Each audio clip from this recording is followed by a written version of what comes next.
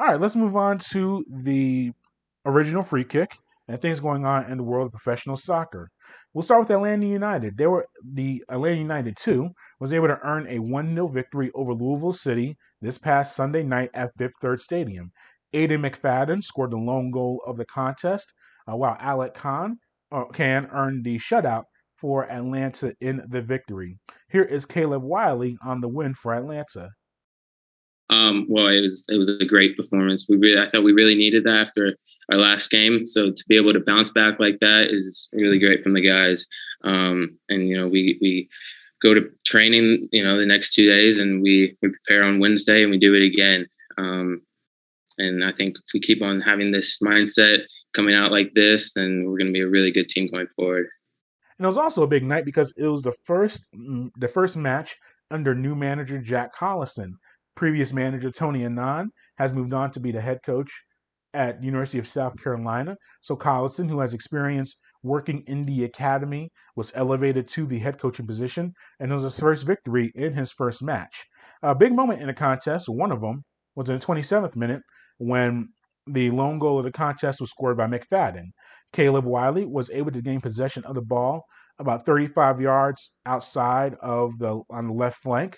He was able to cross the ball into the penalty area where McFadden was able to make a diving effort and redirect the ball into the net for the lone goal of the contest. Here is Wiley, the 16-year-old, on the assist.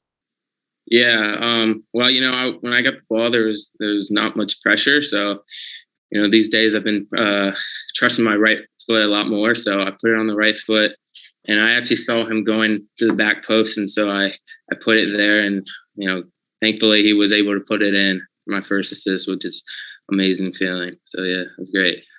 And it was that goal. McFadden has been on fire the past few matches, multiple braces, and getting a goal here. Here is Collison on McFadden and his offensive production since joining the team a few weeks ago. Aiden's been fantastic since he's come in, and I think the great thing about Aiden is that work rate and that desire to improve. I mean, we spoke to the boys when we started this week about it being a room with a lot of potential. There's no doubt there's a lot of potential within the group, and now it's about we're getting to that stage where we need to turn that potential into performances, and I think that's 5 goals from this season from right back, which is an incredible return. So I'm sure he's going to keep working, keep wanting to improve and get better, and hopefully he can keep scoring throughout the season because it's been a real bonus so far. Yeah, and Louisville was able to get some more efforts on goal in the second half. In the 71st minute, Corbin Bone was able to cross the ball into Kyle Gregg, who tried to get the ball towards the net on a back heel flick, but McFadden was able to clear the ball out of the line to preserve the shutout. Here is McFadden on the defensive effort. I mean, it's a mindset. You don't fold. Yeah, you believe that you're not giving up a goal. Everybody's working for each other. So you win your battles, you cover for the guys, and good things happen. Again, I said it. I'm so proud of these guys. We just worked hard, and everybody was there at the right time. So it's a great team performance. But like Coach said, there's a lot of things we can work on. So it's about hitting our stride, moving forward, and starting to, build a little better, maybe out of the back, create more chances. But to weather a storm like that is incredible, and credit to these guys. And here is Collison on the team's defense and being able to preserve the shutout. Yeah, it's something we spoke of a lot this week in terms of just trying to be fearless. Look, they're one of the big boys in the league, been very successful over the past 5 seasons. So we knew it was going to be difficult. And in terms of the starting lineup, very young, very inexperienced. So we knew we had to work harder than them. And obviously at times we knew it was going to be tricky and we rode our luck. But that desire to defend, that willingness to go and press, even right in the 95th, 96th minute was something that's really pleasing. And look, don't get me wrong, I'm sure we're going to have better performances in terms of our in-possession stuff and things like that. But they're a top team, so I don't want to take nothing away from that willingness and that real desire to defend. Now, another big turning point of the contest was in the 80th minute when Louisville was awarded a penalty kick after a handball was reported by an Atlanta player. McCabe took the penalty shot for the Louisville team, and Khan made a strong save on that penalty kick, with his right hand in a diving effort. The McCabe was able to retrieve the rebound and take another shot on net, but Can was able to deny McCabe again. Can finished with 7 saves on 8 shots in the contest for his first shutout of the season for Atlanta United 2.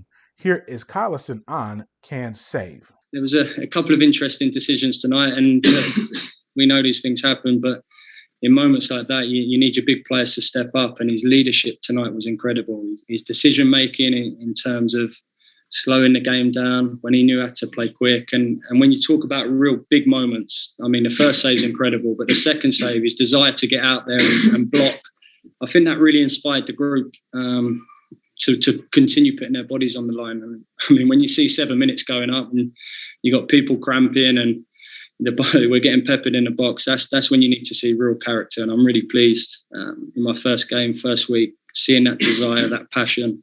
And the boys were lions out there tonight, so I'm really proud of them. And Atlanta is making a very nice run in the USL Championship standings. They currently sit second place in the Central Division.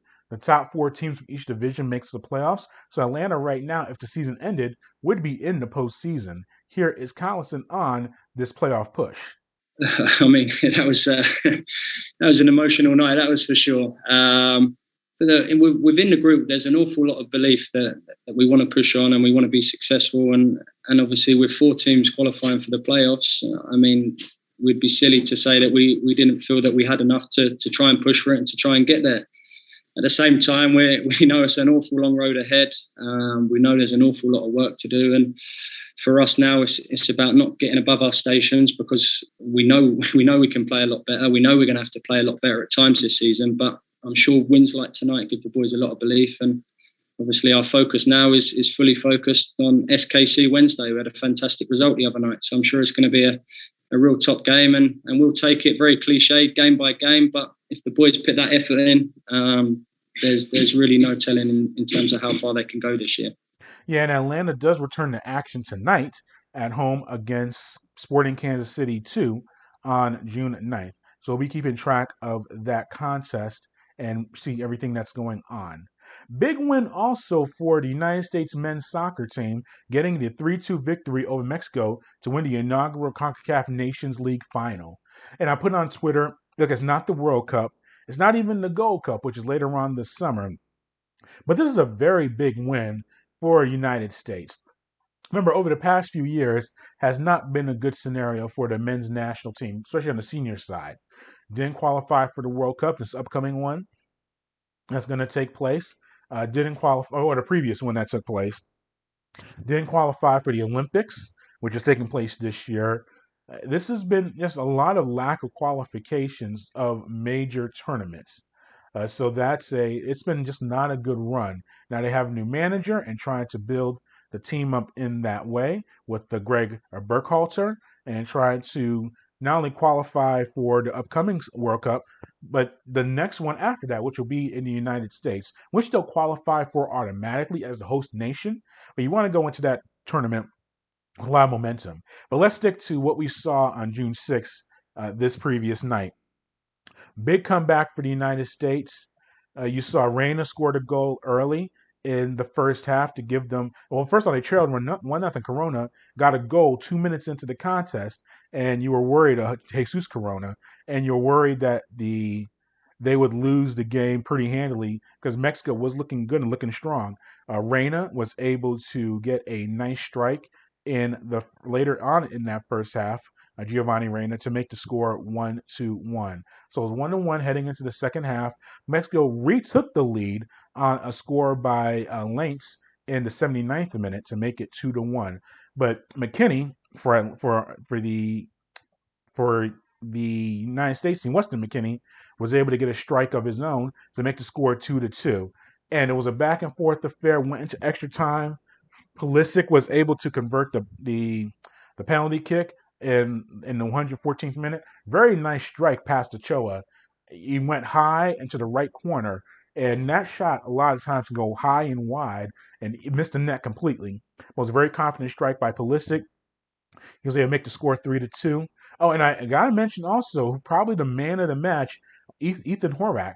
who went into the contest in the let's see, when did Ethan enter the contest? I gotta get that correct. In the 69th minute, when Zach Steffen, the main starter, the first team goalkeeper for the United States team, looked like he suffered a knee injury. I've been trying to find out what the word is, but it was non-contact. He went to make a move or went for a save, and his knee buckled or something went wrong, and he was down for the night and put no pressure on his leg. Very concerning situation. But Ethan Horvath was able to. He saved a penalty kick in the contest, and just a very big moment for him, and made multiple crucial saves for the United States team to earn that victory, and they won a trophy. It counts, but I think it was a very big moment, and I have to mention this as well. Yeah, it was very bad seeing all of the fans throwing the debris and throwing the water and or the I want to say beer cans, but just throwing stuff on the field, hitting players. One of the Mexican players, he got hit in the head with one of those. They stopped the match late in the contest because I guess there were some negative or racist or sexual chants in the stands, so they stopped the match for a few minutes because there's been a big push against end racism and homophobia and things along those lines. So all of that was taking place in the contest, but in the end, which is bad. That's all bad stuff. But I think in the end, the United States winning this. And I'm saying it wasn't. I say it's not the Gold Cup, which later on in the year it wasn't a World Cup, obviously. But for a team that's trying to build with Burkhalter and trying to develop, that was a very big moment for them to win that cup or win that championship. So that's something that we'll be keeping track of with the Gold Cup, obviously, going on later on in the year.